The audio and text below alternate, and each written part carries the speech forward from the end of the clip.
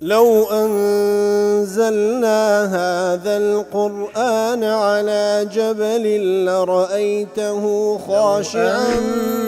أنزلنا هذا القرآن على جبل لرأيته خاشعا أنزلنا هذا القرآن على جبل لرأيته خاشعا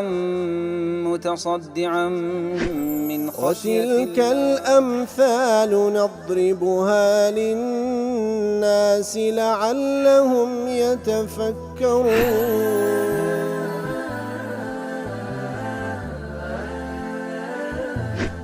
الحمد لله والصلاة والسلام على رسول الله وعلى آله وصحبه ومن والاه.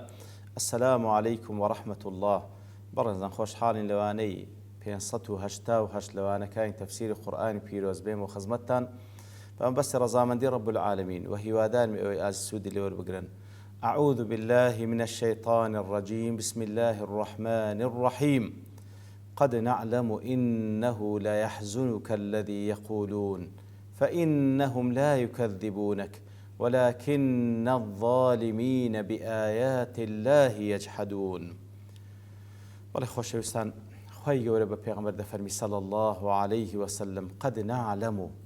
كاتب التحقيق دزانين إنه لا يحزنك الذي يقولون بل تو خفت بار دبي بو كارو كردوان بو قساني أوان ديكن دزانين خفت بار دبي بو قساني أوان كسانج بباور ديكن فإنهم لا يكذبونك بلام بزان أوان أتو بدرو ناخنوا ياخذ أتوي بدرو زنازانا ولكن الظالمين بآيات الله يجحدون بلام أو كسزال مستمكار مشركانا بآيات الله يجحدون واتا جحود إنكاريان برانبر با آتكان رب العالمين هيا كواتا ليرة دلنواهية لبو رسول الله صلى الله عليه وسلم كوابيان صلى الله عليه وسلم وكل ليرة ولسندين زيقان خواهي قول باسي دكاتن لقرآن بيروس كوا زور خفت بار بو بإيمان نهيناني كساني چي بيباور چونکە دەیزانی ئیمان هینان بەختەوەری دنیا و قیامەتە پێی خۆش بوو هەموو خەڵکی ئیمان بینن چونکە دەیزانی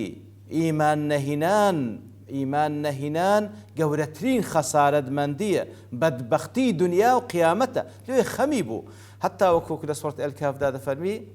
فلعلك باخع نفسك على آثارهم إن لم يؤمنوا بهذا الحديث أسفا لەوانەیە خۆت بکوژی بە خەفەتان لەسەر ئەوەی کەواوانە ئیمان ناینن کەواتە لە دڵسۆزی و پەرۆشی لە بۆ ئەو بەشەریەتە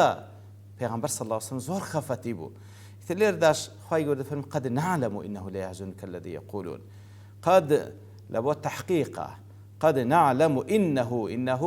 إنكش لە بۆ تەئکیدە وەکو دەڵێ قد أحطنا علما واتە بەتەواتی ئێمە ئاگامان لە هەموو شتێکە یا رسول الله ئاگادارین بەو خەفەتەی کە دەیخۆی لەسەر چی قد نعلم إنه لا يحزنك الذي يقولون أوان ديلين درباري الله سبحانه وتعالى درباري بيامكي تو يا رسول الله صلى الله عليه وسلم أو بأدبياني برانبر ذاتي الله ذكره والعياذ بالله أو بأدبياني برانبر خدي بيغمبر ذكره صلى الله عليه وسلم أو بأدبياني برانبر بقرآن ذكره برانبر بمقدساتي أو دين ذكره همو إنساني شي إيمان دار بالتأكيد خفتي بيد أخوة بالتأكيد خفتي بيد أخوة الله سرويها مشان رسول الله صلى الله عليه وسلم سوك لهموان متقي تربو لهموان خواناس تربو يتر أخوي يقول أقادارين بوي كوا أوان ديلين أتو خفتي بيد أخوي لسر خدي خوا سبحانه وتعالى كديلين لسر خدي تو بيغمبراتي كت كديلين لسر مسلمانان وإسلام وحق ديلين تزانين أقادارين كأتو خفتي بيد أخوي فإنهم لا يكذبونك ولكن الظالمين بآيات الله يجحدون أي هم لا يتهمونك بالكذب في نفس الأمر أوان خو أتو بدروزن نازانا لبرو هرب خوان ناويان لبيغمبر نابي صلى الله عليه وسلم الصادق الأمين رازقوي دسباك بلام يعني كسك ملتك وقومك وكومالقايك بخوي ناوي لنا بالصادق الأمين هتا تسلسال هموش تيشي خوي تسليم كهندا سقي فيها بي معقولة لباش تسلسال والعياذ بالله خيانة بك كواتوانش أوان تساق دزاني لو يدفن فإنهم لا يكذبونك إنهم لا يتهمونك بالكذب في نفس الأمر أوان لخدي خود أتوي بدروزن نازانا ولكنهم يعاندون الحق أوان عنادية كان لقل أو حقية ولكن الظالمين بآيات الله يجحدون ويدفعونه بصدورهم أوان أو حقية رديدة كانوا كواتلير دخواي قولا ناويان لنا ظالم أو ظالمانا أو مشرين لبرو قولتين ظلم أويا كشريك لبو خواب رياض والعياذ بالله إن الشرك لظلم عظيم ظلمش أويا كوا شد لزيقاي خوي دانني عدالة أويا شد لزيقاي خوي بي لويا أصل موقفه هلويستي كسانش عاقله وشمن أويا برامر بو حقي لبا وشي بقرن لنا ضلوا دلوني خويا بباريزن ولام استجابي بانجوازي رب العالمين وبيغمبركي صلى الله عليه وسلم بدنوا بلام كأوان عكسي أو موقفان هي ظلمة أو موقفة لزيقاي خوينية لو أوانا ظالما أوانا بآيات الله يجحدون أوانا برامبر بآتكان رب العالمين جحود يعني هي إنكار دكن اعترافي بيناكن دان بيدانان كأو حقا بآيات الله يجحدون سأو كل تفسير كان فرمي أبو جهل ببيغمبر يقول صلى الله عليه وسلم يقول إنا لا نكذبك يا محمد إما أتوب دروزن داناني ولكن نكذب ما جئت به بلام أوي كبيت أو ما بيدرو والعياذ بالله قرآن لو يدفرمي خواهي قول سبحانه وتعالى أو آتي دابزا وأبي يزيد مدني دلي أن النبي صلى الله عليه وسلم لقي أبا جهل بيان صلى الله عليه وسلم قيشت أبو جهل فصافحه توخيان كر فقال له رجل ألا أراك تصافح هذا الصابئ ذلك سيق لو ميلك إلا مشرك كان لأبو جهل لبرسي لقال أو الصابئ واتل ديني باب بابيران هل قرأته باعتبار أوان ديني هبوه لو قال أو الصابئ مصافحة كي فقال والله إني لأعلم أنه لنبي والله ده ظالم أو بيغمبر إخوائه ولكن متى كنا لبني عبد مناف تبع خوم والله ده ظالم أو بيغمبر بلام أما كان جين بنا مالي إيما التابعي بنا مالي عبد مناف بوا كوا بنا مالي بيغمبر صلى الله عليه وسلم إتر أو جاء أبو يزيد أو آتي دخينته والحاصل خواهي قول سبحانه وتعالى ببيغمبر دفن صلى الله عليه وسلم أو كافرانه لا ينسبونك إلى الكذب دلوي نادنا بالتو يا رسول الله هر أوان بخوان ناوان لتنا أبو صادق الأمين بلام أوان آتكان رب العالمين إنكاري دكن أوان آتكان رب العالمين إنكاري دكن والجحود جحود سيا هو الإنكار مع العلم كواتا جحود أويا كسيق إنكاري اشتيق بكاو علمي شبيهيا أي نفي ما في القلب ثبوته كواتا اشتيق لدل جيجيرك وحق راسته بلام أو بيتن إنكاري بكا بليوانية أو إثبات ما في القلب نفيه يعني بعكس وش كوالا دلو تاك دزاين فلان أشد واني أتبي عكس كيبلي وفي التعبير بالجحود كاتك وأخواي قول باز لجحود كسانك دكا بعد نفي التكذيب كاتك وأخواي قول فمانات جحود دكان برامبر بآتكان أخواي قول لدواي دفن فإنهم لا يكذبون أتوب درو زندانان يا رسول الله إشارة إلى أن آيات الله واضحة أو إشارة لبيكو آتكان رب العالمين هندا واضحة بحيث يصدقها كل عاقل همو كسيشي عاقل براستي دزاني وأنه لا يصح إنكارها بهج شيء كز ناتواني إنكاري وحقبك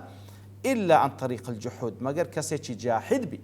كواتا خلافي أو شتي بليك بخوي باورك فيها همو عقل دلو درون عقليشي منصف دزاني وحقه برام لو إنكاري دكا بخوي جاحدة بخوي منكرة بخوي وجحدوا بها واستيقنتها أنفسهم ظلما وعلوا وكخوي قول سبحانه وتعالى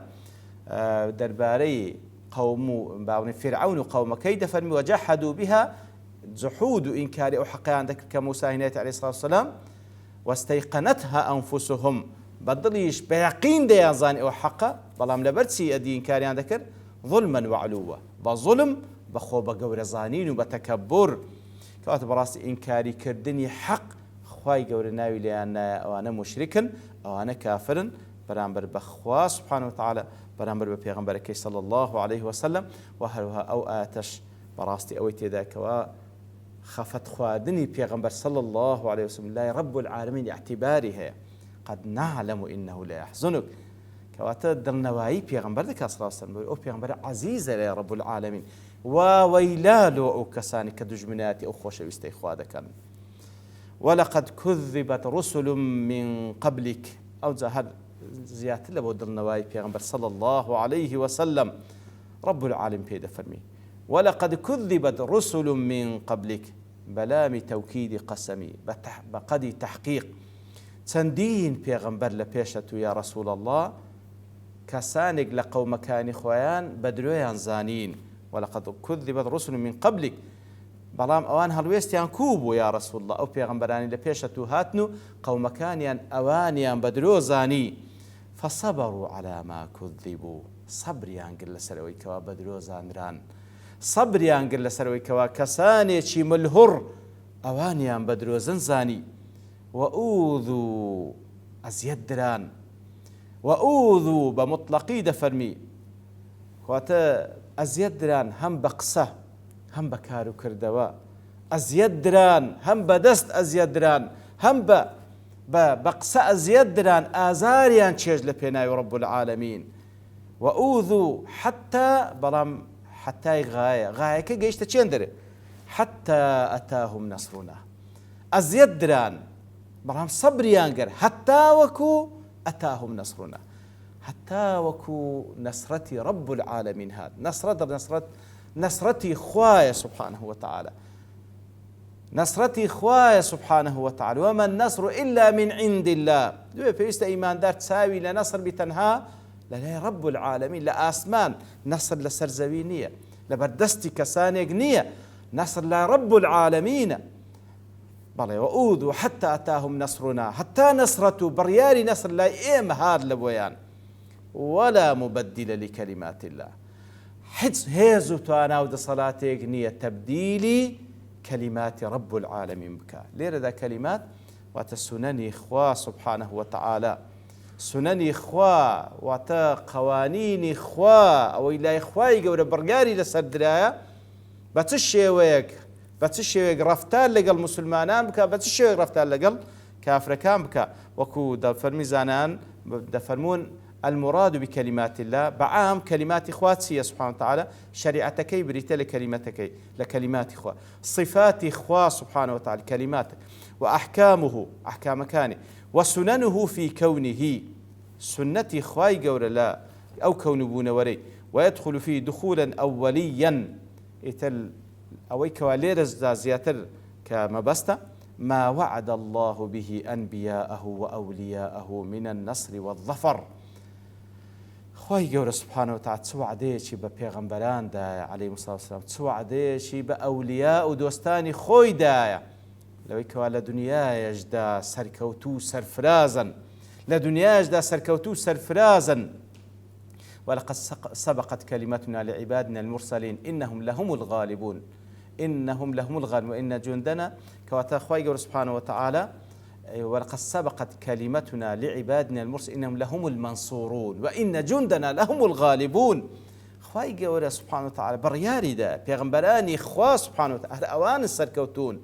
و هەروەها جوندیەکانی خوا غەلەبە دەکەن بەسەر دژمنانی خوا سبحانه وتعالى بەڵام وعدەکانی خوای گەورە طبعا بەنسبەت پێغەمبەران کە معصومون و فعلا هەموو فەرمانەکانی خوا جێبەجێکردن خوای گەورە سبحانه وتعالى وعدەکانی خۆی بۆ جێبەجێ کردینە بنسبة أولياء إخوائي قرش بنسبة إيمان داران إن تنصروا الله ينصركم رب العالمين دفر أجر خوا بسر بيخن الدين خوا بسر بيخن فرمان كان خوا زيب كان إخوائي قرش بسرتان ديخ كواتا شرطة مرزة إخوائي قرش تعامل قلب بندكان دكا بمرز تعامل يان لقل دكا إخوائي قرش بمرز تعامل إخوائي قرش سبحانه وتعالى برامبر ببندكان سنن وقوانينه هي ئەگەر نەسرەت تەخیر بوو سەبەبەکەی وەی کەوا دیارە هێشتا ئەو ئیماندارە نین کەوا خوای گەورە نەسرەتیان لێ بنێری بەنسبەت پێغەمبەران هەر هەمویان فعلەن سەرکەوتوو سەرفرازی دنیا و قیامەتن ئەگەر چی هەندێک لە پێغەمبەرانیش تەمەشا دەکەیکەوە شەهید بووینە وەکو یەحیا وەکو زەکەریا و ئەوان کەشکەوە لە قورئانی پیرۆز ناویان نەهاتیە کەوا زۆرترینیان بەدەستی بەنی ئیسرائیل کوژراینە بەڵام لەگەڵ ئەوەش نەسرەت ئەسڵ و نەسری دینەکە و عەقیدە و باوڵێن پەیامەکەی بی. نەسرەت ئەوەیەکەوە